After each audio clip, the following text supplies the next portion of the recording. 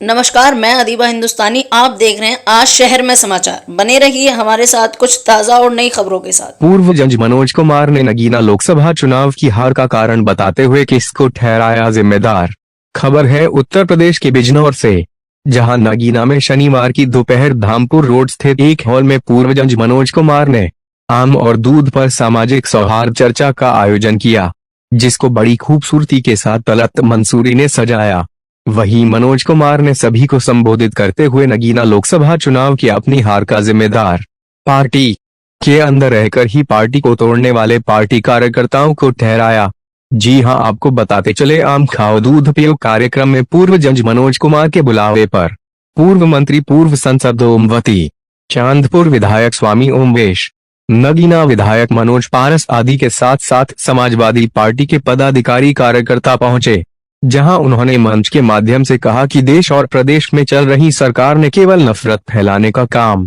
किया है, इसके अलावा कोई दूसरा काम नहीं किया है। महंगाई बेरोजगारी चरम सीमा पर है, मगर सरकार इस ओर ध्यान नहीं देती है, बल्कि नए नए कानून और नई नई विचारधारा लाकर उसको बढ़ाने का काम करती है। वहीं उपस्थित पार्टी नेताओं ने कहा कि कांवड़ यात्रा के समय सरकार द्वारा जो नया नियम लागू किया गया है कि दुकानदार, रेहड़ी, पटरी वाले अपने नाम की प्लेट लगाए, वो सरासर गलत है। इस दौरान मंच पर सभी को संबोधित करते हुए पूर्व जज मनोज कुमार ने कहा कि उत्तर प्रदेश में इंडिया गठबंधन का कितना शानदार प्रदर्शन रहा है, ये सभी जानते हैं। अगर समाजवादी पार्टी के पदाधिकारी कार्यकर्ता द्वारा नगीना लोकसभा का चुनाव पूरी ईमानदारी से लड़ाया गया होता तो आज परिणाम कुछ और ही होते, और आपका भाई मनोज कुमार जो जज की कुर्सी को छोड़कर आपके बीच आया था, वो सांसद होता, आपकी सेवा करने के साथ साथ इस लोकसभा के हित की बात को संसद में रखता। मगर दुख इस बात का रहा कि पार्टी के अंदर रह रहे कुछ पार्टी कार्यकर्ताओं ने इस सीट को जिताने का नहीं बल्कि हराने का काम किया है। मगर मैं चुनाव जरूर हारा हूं, हिम्मत नहीं। मनोज कुमार ने आगे बोलते हुए कहा कि मैंने लोगों की सेवा करने के लिए नौकरी छोड़ी है, पर लोग जीत कर भी लोगों की सेवा नहीं करते, मगर मैं आप लोगों के बीच हार कर भी रहकर आपकी सेवा करूंगा। उन्होंने मंच के माध्यम से कहा कि आज मेरे आम खाओ दूध पियो कार्यक्रम के मौके पर कुछ लोगों ने लोगों को कार्यक्रम में जाने के लिए मना किया, ये बड़ी शर्म की बात है, मगर फिर भी मेरी मोहब्बत में लोगों ने यहां आकर उनके मुंह पर तमाचा मारने का काम किया है। वही इस बात को जल्द ही पार्टी के राष्ट्रीय अध्यक्ष अखिलेश यादव के सामने रखा जाएगा। कार्यक्रम में ओमवती देवी, स्वामी ओमवेश, मनोज पारस, सहारनपुर के पूर्व चेयरमैन मेहराज अहमद, काजी अरशद मसूद, मुफ्ती मुनिस, समाजवादी पार्टी के नगीना नगर अध्यक्ष सुहेल इकबाल, पूर्व नगर अध्यक्ष शेख राशिद, तलत मंसूरी, शादाब अंसारी एडवोकेट, अरशद जावेद एडवोकेट, काशिफ कुरैशी, बाबू भाई लाठी वाले, बब्बू मिर्जा, तलहा शमसी दही वाले आदि के साथ साथ बड़ी संख्या में लोग मौजूद रहे। संवाददाता यासिर शमसी की रिपोर्ट। जज साहब, आज जो प्रोग्राम रखा आपने, आम खाओ दूध पियो सौहार्द चर्चा, इस पर क्या मुद्दा था? ये इसमें जनता के बीच में जो सामाजिक ताने बाने को छिन्न भिन्न वर्तमान सरकारें करना चाह रही हैं, उसी के बाबत एक मजबूत गठजोड़ समाज के प्रत्येक जाति, प्रत्येक समुदाय, प्रत्येक धर्म के लोगों का मिलकर ये आयोजन किया गया है। इसमें सामाजिक परिचर्चा हुई है और भाईचारे को मजबूत करने की बात हुई है। जिस तरीके से फल की दुकानों पे, सब्जी मंडी में और तमाम छोटे छोटे दुकानों पे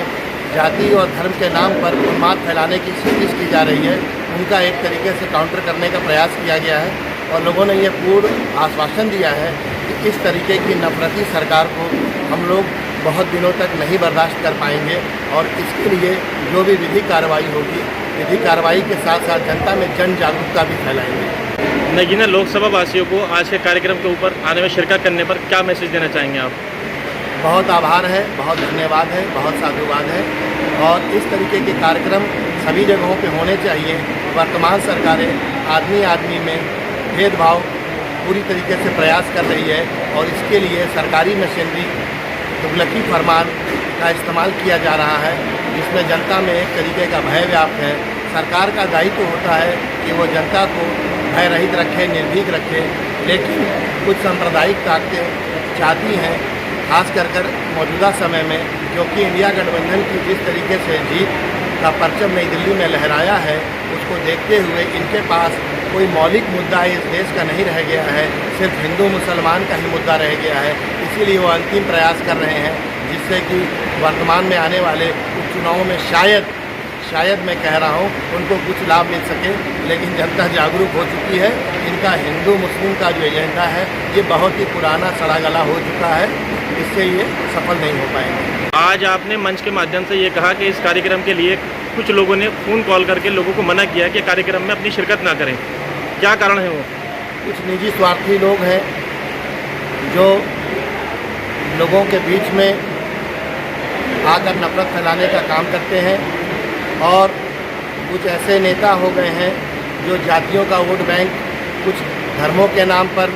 वोट बैंक तैयार करके रखे हुए हैं, जो नहीं चाहते हैं कि संविधान का राज नगीना में कायम हो, और संप्रदायवाद को वो मानने वाले लोग हैं।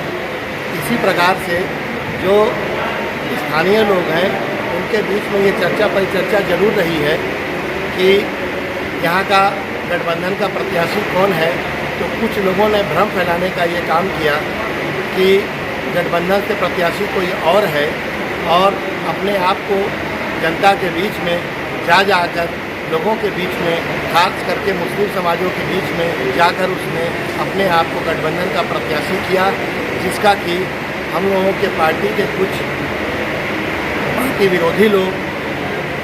जो पार्टी का हित न चाहकर अपने हित में यकीन रखते हैं, उन लोगों ने भी उसको बढ़ाने का काम किया। सपा सरकार में 4 विधानसभा यहाँ पर चार विधायक समाजवादी पार्टी के हैं, चारों ने आपका चुनाव लड़ाया है, क्या कारण ऐसा रहा किसी ने आपका चुनाव मजबूती से नहीं लड़ाया? इस सीट के बाबत संपूर्ण समीक्षा राष्ट्रीय पार्टी को सौंप दी गई है, और इस बाबत जो कार्रवाई राष्ट्रीय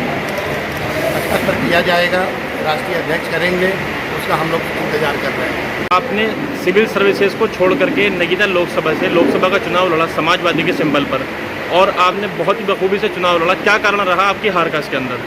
जबकि समाजवादी पार्टी का पूरे उत्तर प्रदेश के अंदर एक अच्छा प्रदर्शन रहा, इंडिया गठबंधन बहुत मजबूती के साथ उभर के आया, मगर नगीना सीट इतना पिछड़ क्यों गई?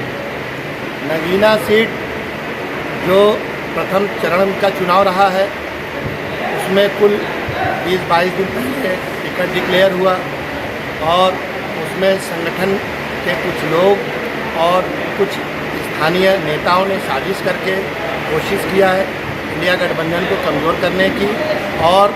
जो पूरा वोट बैंक था उसको शिफ्ट करने का साजिश करके प्रयास किया, जिसमें जितनी गाँवों में जितने लोगों से मिला जा सकता था उनसे मुलाकातें मिलजुल कर की गई हैं, और लोगों से कम समय में ढेर सारा प्यार और स्नेह मिला। कुछ लोगों के द्वारा ये भ्रांति और भ्रम लोगों के बीच में फैलाया गया कि वही इंडिया गठबंधन का प्रत्याशी है, जिसकी वजह से ये अपेक्षित परिणाम आ न सका।